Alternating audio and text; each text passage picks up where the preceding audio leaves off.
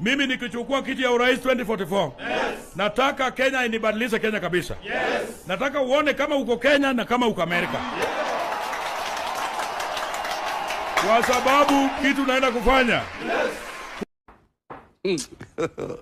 God have mercy upon us.